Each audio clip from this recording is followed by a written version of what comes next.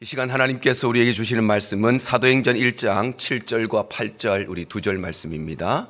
이르시되 때와 시기는 아버지께서 자기의 권한에 두셨으니 너희의 알 바 아니요 오직 성령이 너희에게 임하시면 너희가 권능을 받고 예루살렘과 온 유대와 사마리아와 땅끝까지 이르러 내 증인이 되리라 하시니라. 아멘.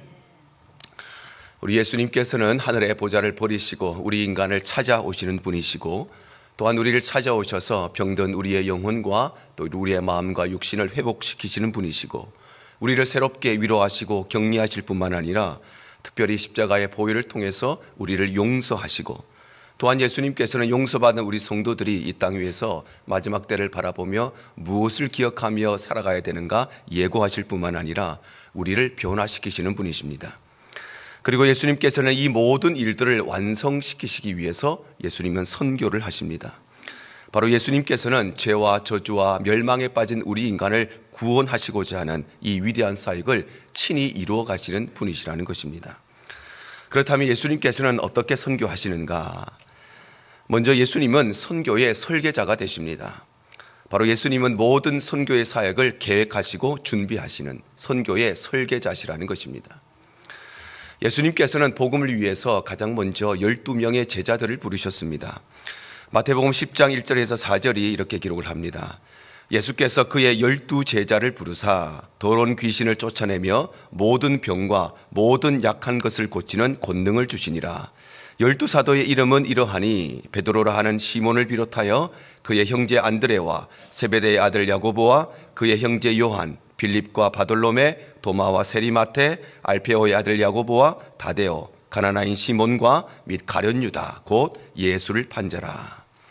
바로 예수님께서는 복음 전파의 사역을 위해서 12명의 제자를 부르시고 그들에게 귀신을 쫓아내고 또 모든 약한 것과 모든 병든 것들을 고칠 수 있는 권능도 더불어 주셨다는 것입니다.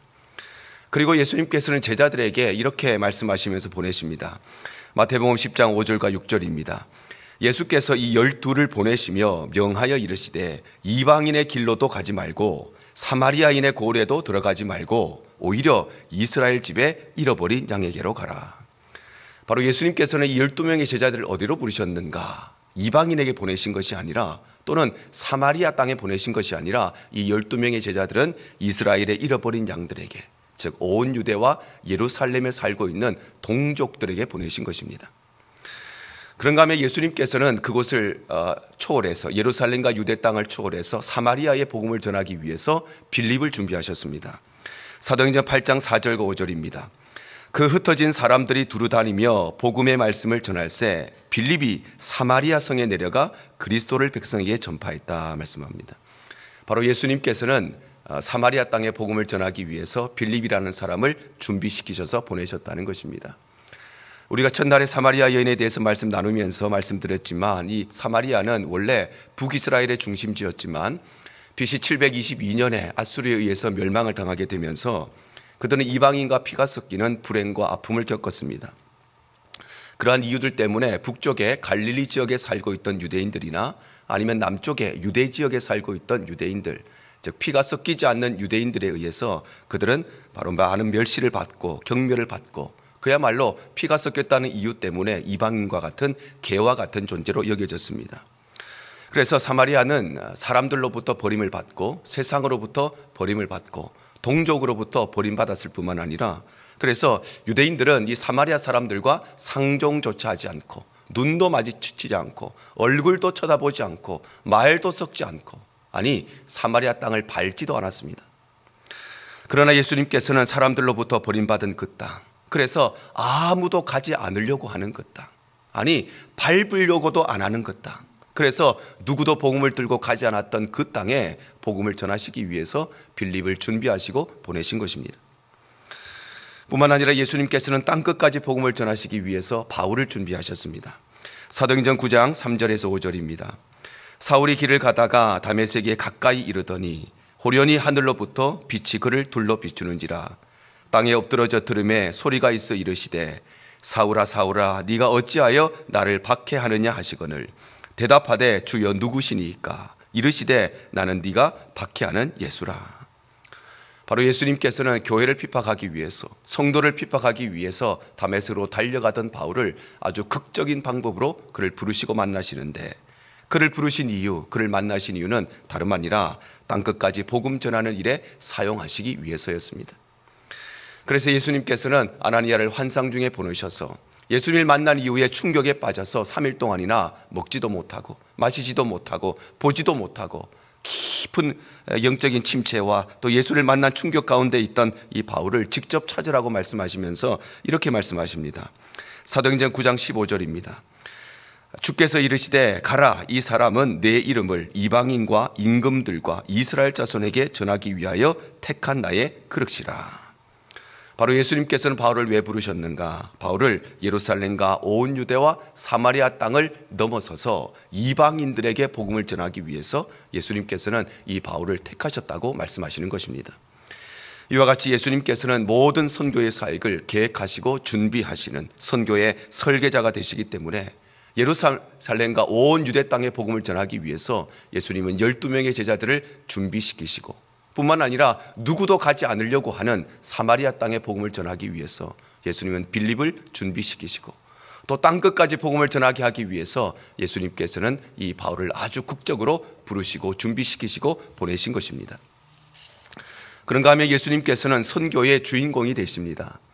바로 예수님은 선교를 통해서 전파되어야 할 유일한 내용이 되시는 선교의 주인공이시라는 것입니다.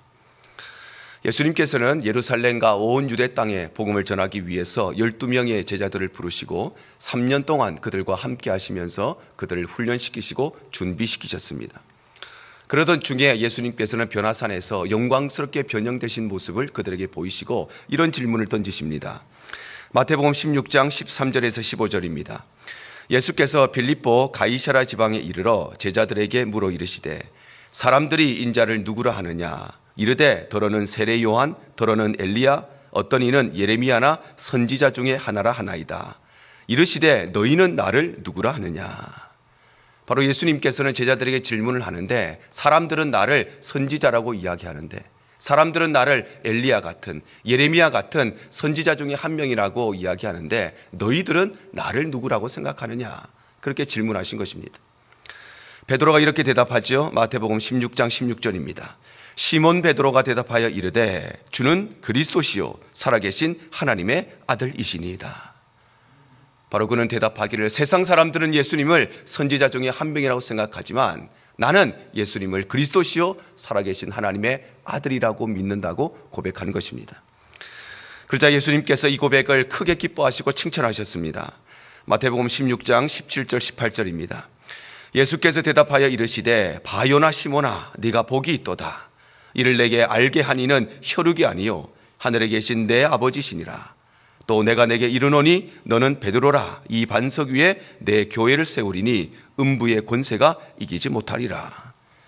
바로 예수님께서는 이 고백을 한 베드로를 그렇게 기뻐하시고 칭찬하시면서 특히 이 반석 위에, 즉 베드로의 고백 위에 내 교회를 세우시겠다고 말씀하시는데, 예수님께서 이처럼 기뻐하시고 예수님께서 이처럼 베드로의 고백을 칭찬하신 이유는 다름 아니라 이 땅에 전파되어야 할 유일한 복음의 내용이 무엇이냐? 그것은 바로 예수님께서 우리의 유일한 구원자시요 우리의 그리스도시요 우리의 살아계신 하나님의 아들이신 것, 바로 이 진리의 메시지가 선포되어야 하기 때문입니다. 그래서 초대교회는 오직 예수가 그리스도이신만을 전했습니다. 사도행전 5장 42절에 이렇게 기록을 합니다. 그들이 날마다 성전에 있든지 집에 있든지 예수는 그리스도라고 가르치기와 전도하기를 그치지 아니하니라. 바로 초대교회는 어떤 교회였는가? 가정에서든지 집에서든지 오직 한 가지, 예수가 그리스도이심을 가르치고 세상에 나가면 예수가 그리스도이심을 전파했다는 것입니다. 그러니 그들은 안에 있든지 밖에 있든지 가르치든지 전하든지 그들이 말한 모든 내용의 유일한 핵심의 내용은 예수님이 그리스도시라는 것입니다. 사마리아로 갔던 빌립도 마찬가지입니다. 사도행전 8장 5절입니다.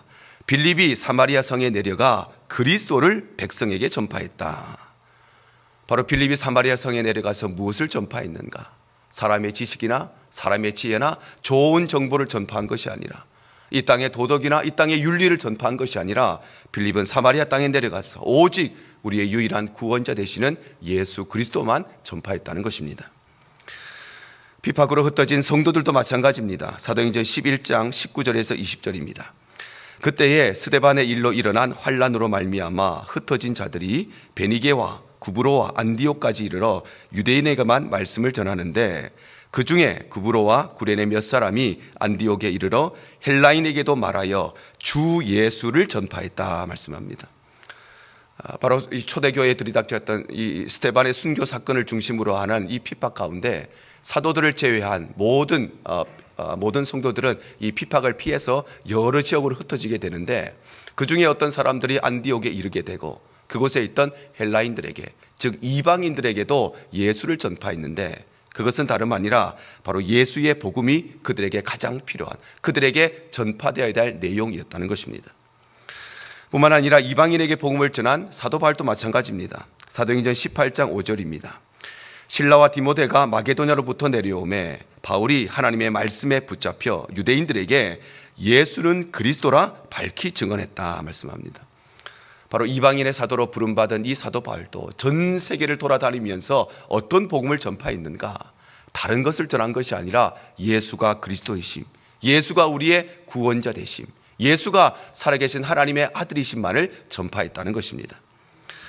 이처럼 예수님께서는 선교를 통해서 전파되어야 할 유일한 내용이 되시는 선교의 주인공이시기 때문에 그래서 예루살렘과 유대 땅의 복음을 전했던 12 제자들은 물론이고 사마리아의 복음을 전했던 바로 이 빌립과 안디옥의 복음을 전했던 흩어진 성도들과 전 세계를 향해 복음을 전했던 이 바울이 오직 한 가지, 오직 예수 그리스도가 우리의 구원자이시고 우리의 그리스도이심을 증거한 것입니다.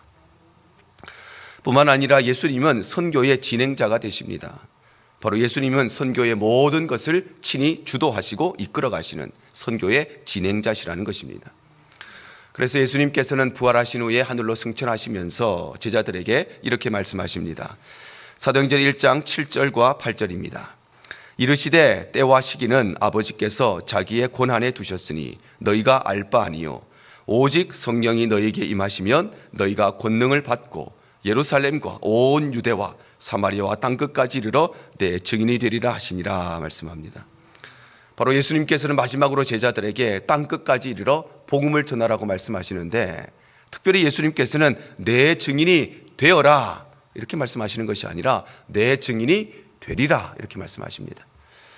이것은 다름 아니라 예수님의 증인이 된다는 것은 사람의 노력으로 되는 것이 아니고 사람의 수고로 되는 것이 아니고 사람의 능력으로 되는 것이 아니고 증인이 되게 하시는 것은 바로 하나님께서 예수님께서 우리로 하여금 복음의 증인이 되게 하신다는 것입니다. 그래서 선교는 사람의 힘으로 하는 것이 아닙니다. 선교는 돈으로 하는 것이 아닙니다. 물론 선교에는 돈도 필요하고 사람도 필요합니다. 그러나 선교는 본질적으로 돈이나 사람으로 하는 것이 아니라 선교는 하나님께서 직접 친히 주도하시는 것입니다. 마태복음 10장 20절에 말씀합니다.